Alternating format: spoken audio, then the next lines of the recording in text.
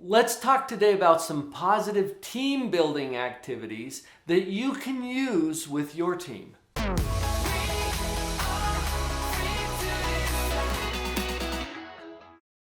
I get hired all the time to go to a group or a team to do a conference or a breakout session where we get to do team building activities. And the key here is to get people engaged.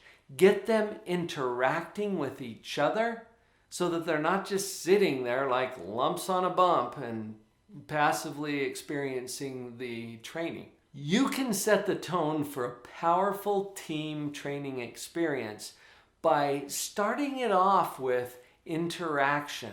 Get them up, get them interacting with each other, and I love to start out with introduction activities.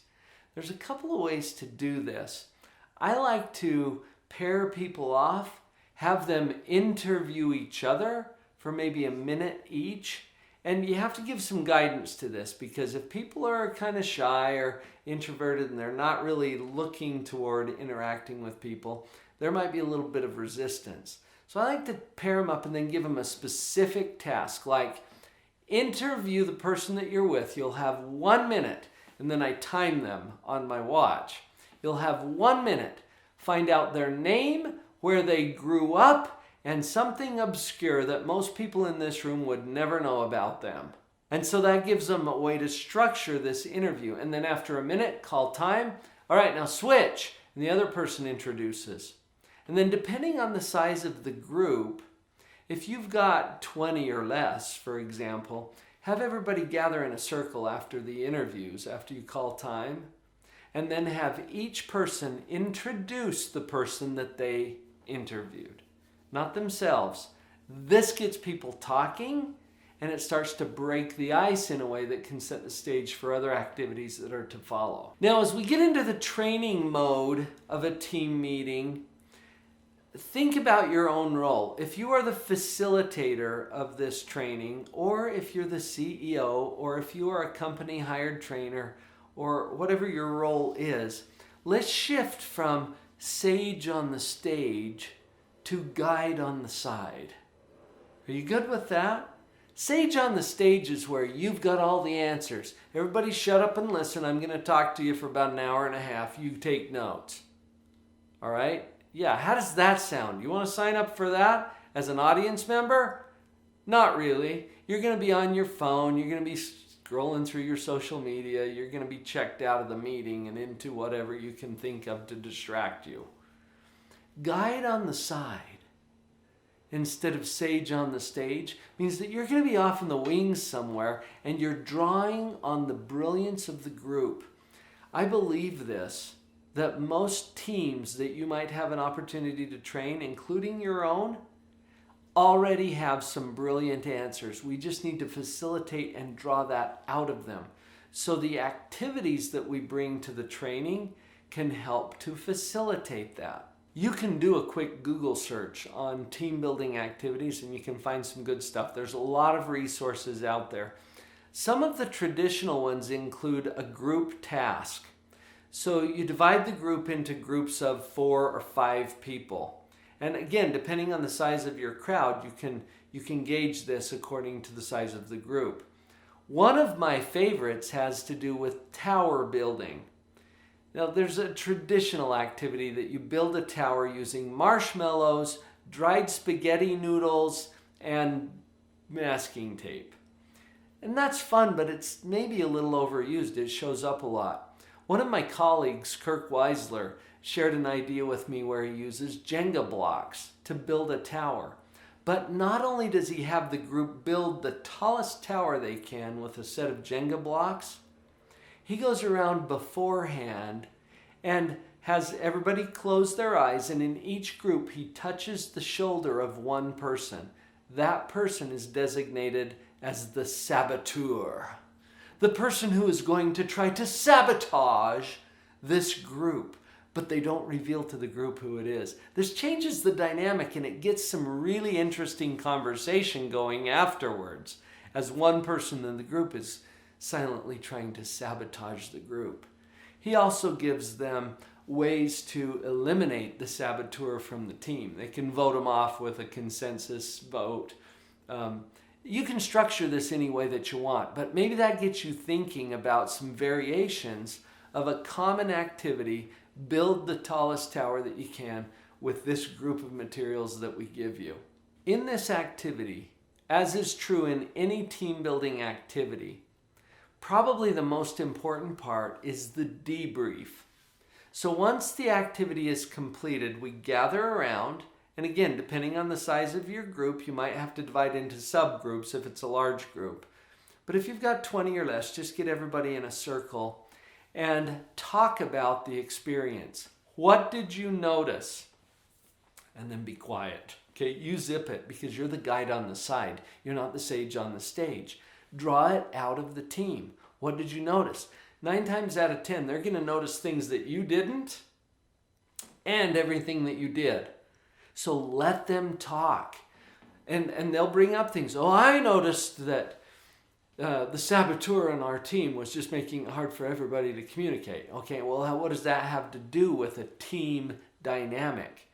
And you can ask questions to facilitate that conversation, but draw it out of the team. This is the learning portion of the activity. The activities are fun and they will reveal dynamics of the team. They always do. Take the time to draw it out from them. That's true of any activity that I talk about. Let me give you a few other favorites that have come up for me. One of my most recent favorites has to do with this game.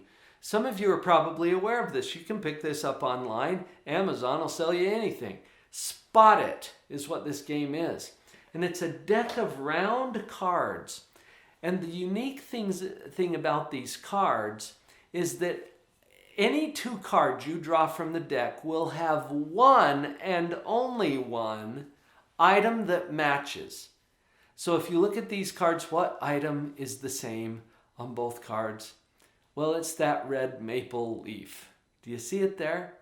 And there's only one match. Well, that's true of every card. If I draw another card, it might be the yin-yang symbol or the zebra that matches. But every card has one and exactly one match. Well, this facilitates some really interesting team interactions. You can use this for introduction games. For example, I went around to an IT group that I was training just last week. I gave everyone in the group one of these Spot It cards. So everybody's holding their own card. They walk around the room, and as they encounter another person, they count it off, okay? 1, 2, 3. They put their card down, and then the first one to identify what's the same on those 2 cards gets to interview the other person about their most embarrassing moment, or about something that the group doesn't know about them, or about something that reveals something that's interesting about that person. They get to be the interviewer if they win the match. And then after the interview, they go off to the next person. Now, chances are they're going to be interviewed in the next one. And so we do that for a while, and then after it's gone on for a while, we gather in a circle, and I have people share the most interesting things that they heard. It's hilarious. It's fun. It gets them interacting. Here's another one. And this one, again, was shared by my friend and colleague, Kirk Weisler. He said, you take the Spot It card and you go around, and as you interact with someone else, you do the same thing. 1, 2, 3, go. And then whoever identifies the match first wins the other person. So they take their card, they get in line behind them. Now they go and they find another pair or single or triple group of people, and the first person in the line for each faces off. Now, as this happens, the line gets longer and longer, and pretty soon you have 2 lines walking around the room, and they meet and face off. This game is called Eat the Dragon. And whichever dragon wins, there's cheering and things like that. But this gets people interacting with each other. Spot It. Powerful tool for positive team building games. Another one of my favorites is to play improv games. One of my friends, Izzy Giselle, developed an app. It's called Improv for You with the number 4. Go download that on your phone and look at some of the ideas. I think he shared about 10 different games there that you can do improv fashion with a group. One of my favorite improv games to do is called The World's Greatest Expert. This is where the group gets to designate that a person who's chosen as the person of focus is the world's greatest expert on, and then you pick something. So it might be fish in the Columbia River. It might be ballet shoes. It could be anything, but the group chooses some obscure subject. And now the person who is selected, and I like to start usually with a C-level executive in the company or one of the leaders of the team, that person is the world's leading expert on ballet shoes. Then everybody in the group gets to ask them any question they want. And they, in traditional improv fashion, will totally make up an answer if they don't know the answer, but present it with confidence. And this gives you a chance to practice a lot of interesting skills. It's hilarious, it's funny, it's fun. After several questions, then the world's greatest expert gets to designate the next world's greatest expert. The group picks a topic and we're off to the races with the next round.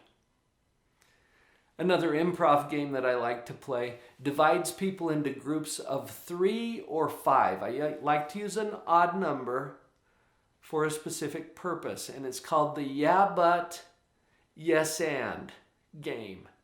You play 2 rounds where you pick a topic. It might be plastic reusable water bottles, for example, but it could be anything. And the first person in the group will say, well, plastic reusable water bottles are whatever. They're great. They're useful. I love them. Whatever that person wants to say. The next person in line says, yeah, plastic water bottles are whatever the first person said.